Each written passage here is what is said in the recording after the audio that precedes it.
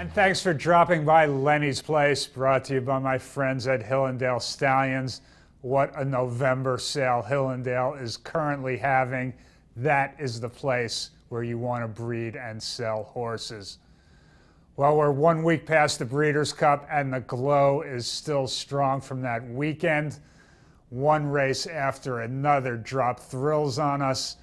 The 3-year-old filly making her third start in a month defeats Golden Horn in the turf.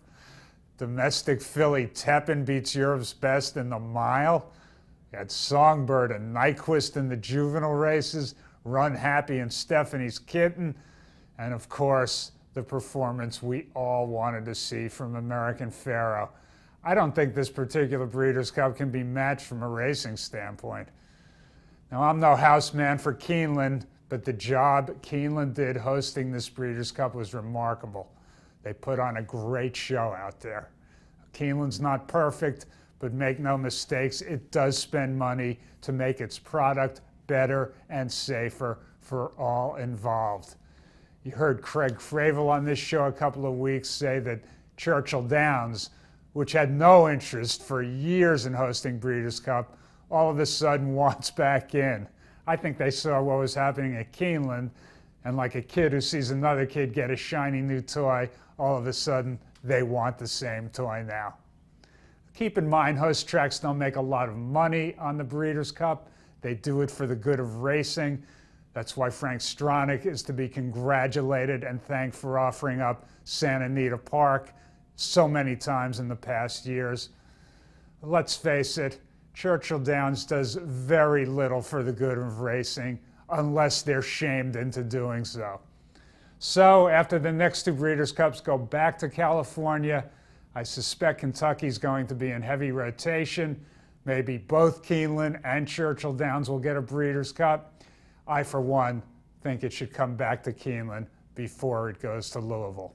Joining me now is one of my favorite guests and every journalist's dream, Ken Ramsey. Thanks for coming back to Lenny's Place. Thank you. Glad to be back. It's the second time you've had me on, so it must have went over pretty well the first time. You went over pretty well last week.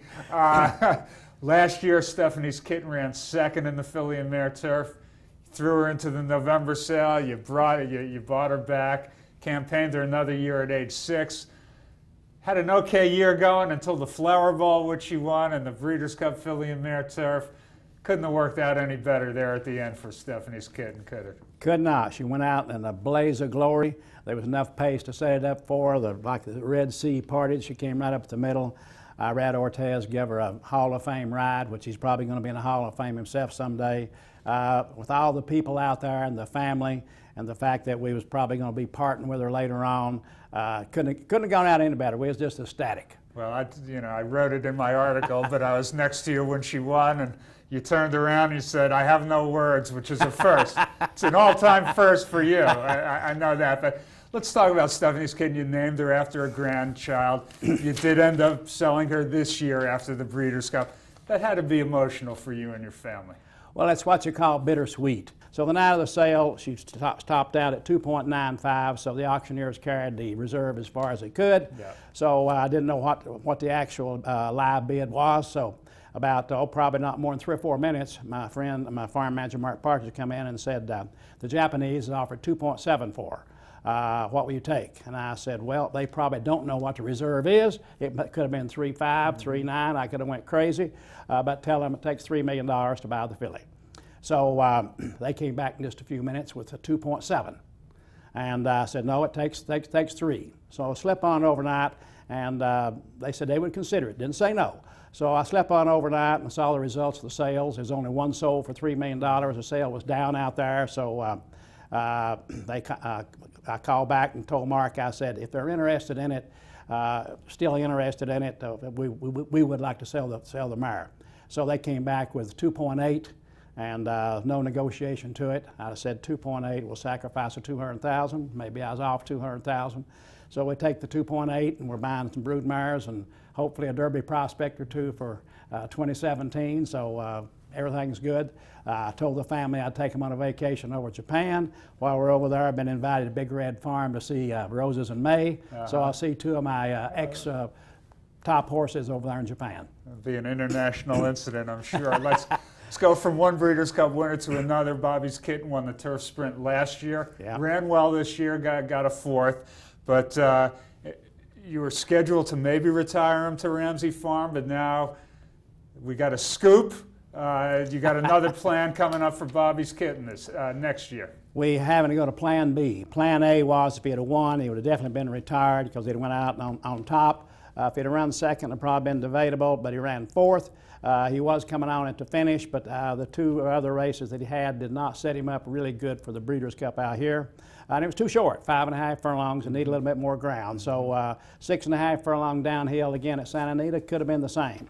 So I'm thinking, hey, let's let him run one more year. Maybe we'll have the same amount of fun with him that we had with Stephanie's Kitten. That was a good decision the way it turned out for her. It could be the same thing for Bobby's Kitten. So Plan B calls for him. Now, I've checked all the races here in the United States. There's no grade, only one grade 1 of the whole year. So he's not going to, most of them are grade 3s and all over the country, most of them in California. I decided we'd send him to Europe. So I've talked to Dermot Whale. Dermot Whale said, hey, send him over, no problem. Dermot Whale is a master, he's a legend in his own time over in Ireland. He's won the the Melbourne Cup, he's won at Royal Ascot, so he's going over to probably this coming week. We'll put him in quarantine, send him to Dermot Whale, and the hope is that he'll win one for us at Royal Ascot, and there's one in Newmarket, and there's another one over there. There's 3 of the grade 1 races, and he'll be beating the very best. And there's a big one in France for him also, France I should say, since we got some horses over there. But then the goal will be to bring him back and try to win with him downhill again at 6.5 furlongs at Santa Anita, this the next Breeders' Cup. Yes, that's the plan. That's a good plan.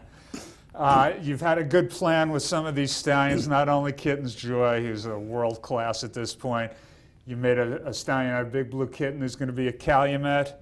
It's Real Solution. Is he standing somewhere? We sold him to Calumet also. Okay. Brad Kelly from Calumet Farm is a hound, Kittens Joy. Matter of fact, I understand he did try to buy, it was an undisclosed name who was trying to buy it, but I'm 99.99% sure it was Mr. Kelly. Tried to buy half of Kittens Joy, 49% of him 3 or 4 years ago. I wanted to maintain total control, so we're not shuttling him. He's staying right there at the farm. Born by cesarean on the, at the vet's office, and going to live and die there, and we'll make him erect him a big tombstone when he passes away. But you got the next generation is starting, and you're making stallions out of them. It's got to be pretty satisfying. Yes, Big Blue Kitten, of course, is named, and that's why I wore my big blue. I graduated from University of Kentucky in 1958. The Big Blue Nation have been exceptionally proud, but they crashed and burned since Tennessee beat them that night the same day. Big Blue. I'll say this, and I don't like to throw out a lot of excuses, but Big Blue bled pretty badly in the race. He got up there and hung just a little bit. And you were third. Pardon? And we were third coming on, and then I was shocked. He's never bled through LASIK before. But anyway, he's a he grade did, 1 winner, ran third, and a grade stallion 1. Now. Yeah, and he's stallion standing out at Calumet Farm. For you. I was asked my opinion by his manager about Big Blue Kitten. And I said, we know we sold him and all. I said, we'd like to know what you would do with him if you still had him. And I said, well, what I'd do with him, since he, obviously sound, I had already got an invitation for him to go to Hong Kong. My good friend Bill Nader used to be with Naira. This is last year over there, and I would have sent him over to Hong Kong if I'd have kept him. But after I sold him, but after he bled, then I would not have sent him over there because he got to go no LASIKs. Right. So my advice to the Calumet Farm, if it's still on me, I'd run him again next year. I think he can make, another couple of $1 million, possibly if he wins a Breeders' Cup. And my gosh, it'd be a testament to Kittens Joy. So I had a little bit of, wasn't exactly unbiased opinion, but he's 7, so I'd make him 8. But they do run strong. Yeah, Stephanie's Kitten was 6, so the old boy puts out durable horses. Yeah. Goal is to win the Derby. The dream is to win the Derby. We're sitting here in November. Any prospects, any 2-year-olds looking like they got promise? I've still got 4 on the list. One of them, I guess my very best one, is a horse that's called Hint of Roses. He's by Tappet. I don't have to talk about Tappet. He's a premier he's the #1 dog. So he's by Tappet. He's out of a full sister to Kittens Joy, Last Kitten. She's already produced 2 stake winners. This was a wow foal when he was born. Mark was there. I wanted to make sure he was there because the stud fee's pretty high on Tappet. So Mark was there for the delivery, and he called me at 1 or 2 o'clock in the morning and said, "You just had a wow foal." He got that when the Secretariat was born. That's what they said about him. This horse has never had a pimple on him the entire time. Everything's gone absolutely perfect for him.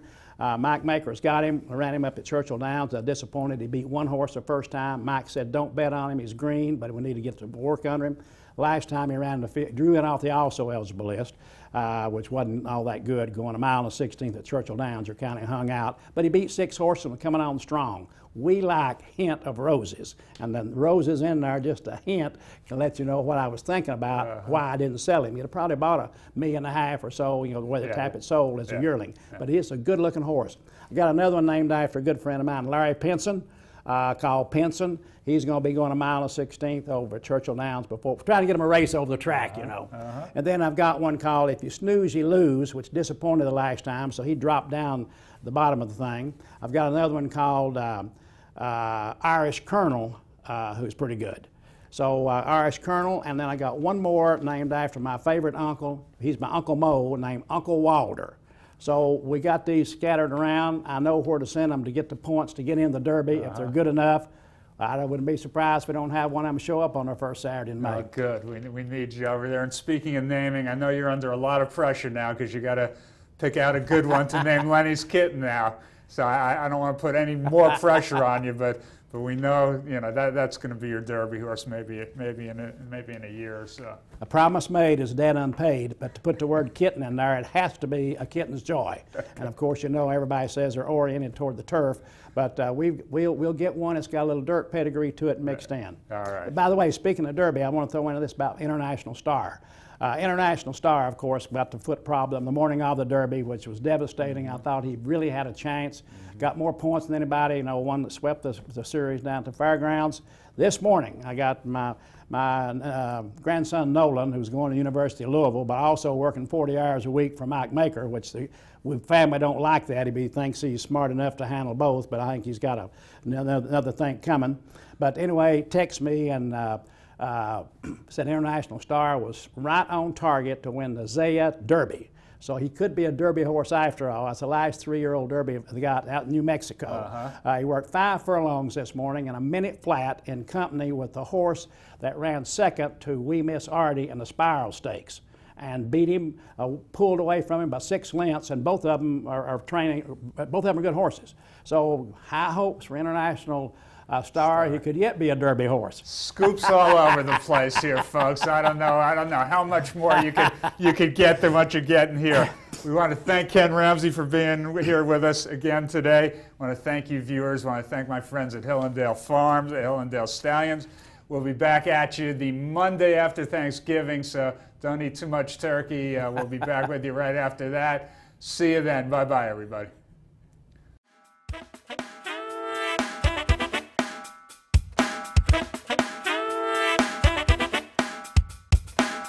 Thank you.